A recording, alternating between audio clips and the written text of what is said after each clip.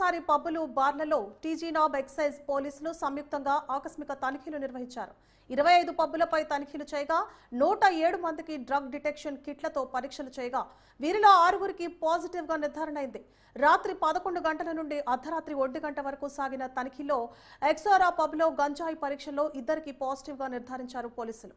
ఇక రంగారెడ్డి జిల్లాలో బార్లలో మరో 3 వ్యక్తులకు పాజిటివ్ వచ్చినట్లు ఎక్సైజ్ పోలీసులు తెలిపారు.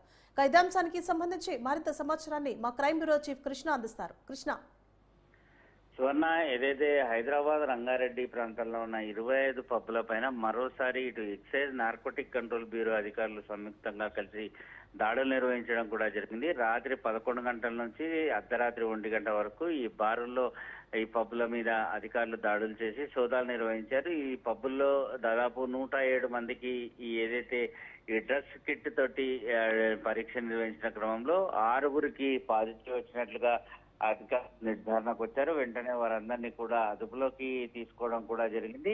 ఇటీవల కాలంలో ఈ ఏదైతే డ్రగ్స్ వ్యవహారానికి సంబంధించి అధికారులందరూ కూడా వాటన్నిటిపైన కూడా ఉక్కుపాదం మోపుతున్నారు. మొత్తం హైదరాబాద్, తెలంగాణలో ఈ ఏదైతే ఈ మాదక ద్రవ్యాల వ్యవహారం అనేది పూర్తిగా సమసిపోయే వరకు ఎట్టి పరిస్థితుల్లో దాడులు ఆగవని స్పష్టం చేయడం కూడా జరిగింది. ఒక పక్కన ఎక్సైజ్ అధికారులు ఇటు ఏదైతే ఆపరేషన్ ధూల్పేట నిర్వహించడం, అంతేకాకుండా ఈ పబ్బుల్లో సోదాలు నిర్వహించడమే కాకుండా తాజాగా సికింద్రాబాద్ పరిసర ప్రాంతంలో ఇతర ప్రాంతాల నుంచి వస్తున్న రైళ్లను కూడా తనిఖీలు నిర్వహించి పట్టుబడిన గంజాయిని అటు రైల్వే అధికారులకు అప్పగిస్తున్నారు.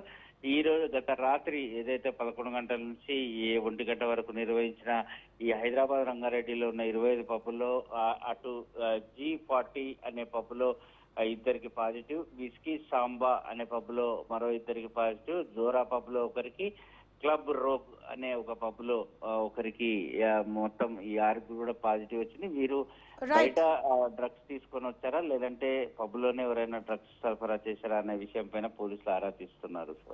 Right, thank you Krishna.